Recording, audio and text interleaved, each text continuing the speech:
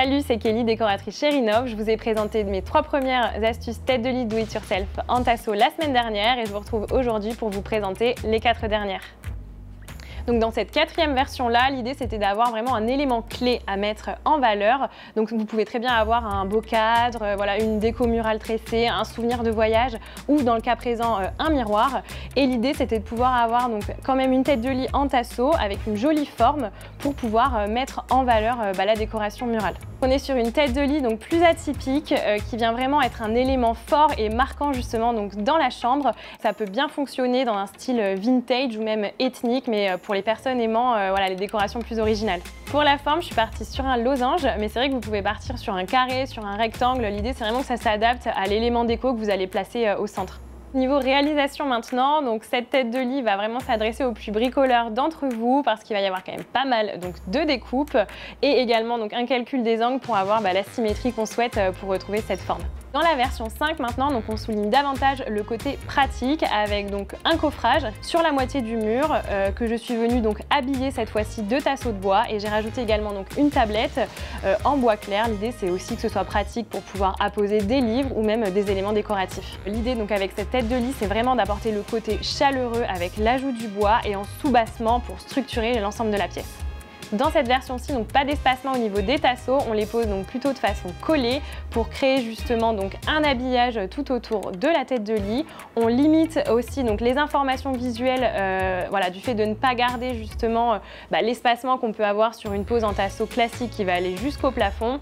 Là, l'idée c'est vraiment d'avoir le coffrage en soubassement. Ça va nous permettre d'oser aussi davantage au niveau de la déco, donc avec différentes formes également, différents coloris. On peut miser sur des objets déco avec des vases colorés, de belles affiches ou également des miroirs. Ça va permettre justement donc d'habiller donc le mur blanc sans trop charger et de garder donc voilà l'habillage vraiment du bois pour le côté chaleureux en dessous.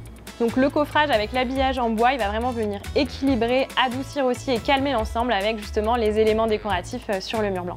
Donc dans cette 6e version, donc on opte pour du XXL donc au niveau des tasseaux avec donc des tasseaux de bois qui vont vraiment englober donc tout le lit. Ça va dépasser de chaque côté et même englober donc les chevets.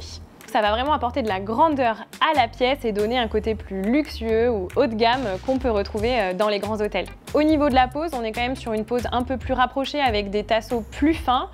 J'ai quand même souhaité avoir une pose en décalé, donc avec une pose droite et également une pose en diagonale, ce qui va vraiment donc apporter ce côté un peu plus original sans pour autant être fatigant visuellement.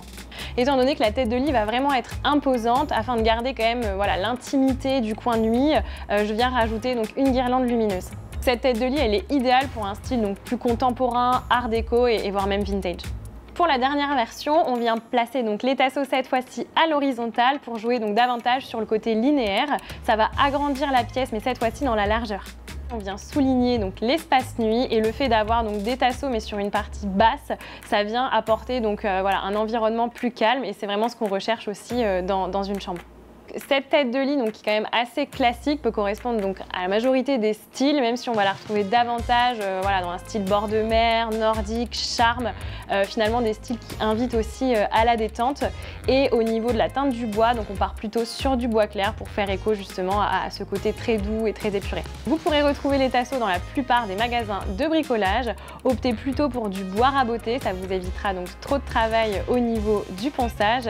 Et ensuite, donc concernant l'essence du bois, afin que ça reste accessible et que vous puissiez varier justement les teintes plus facilement, optez pour du pin.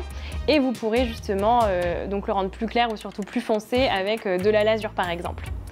Pour tout ce qui va être fixation, donc longueur ou découpe, n'hésitez pas à vous renseigner donc justement en magasin en amont de la réalisation de votre projet. Donc vous avez maintenant toutes les clés en main pour réaliser une tête de lit personnalisée et si la vidéo vous a plu, donc n'hésitez pas à liker et à vous abonner. Et je vous retrouve très bientôt.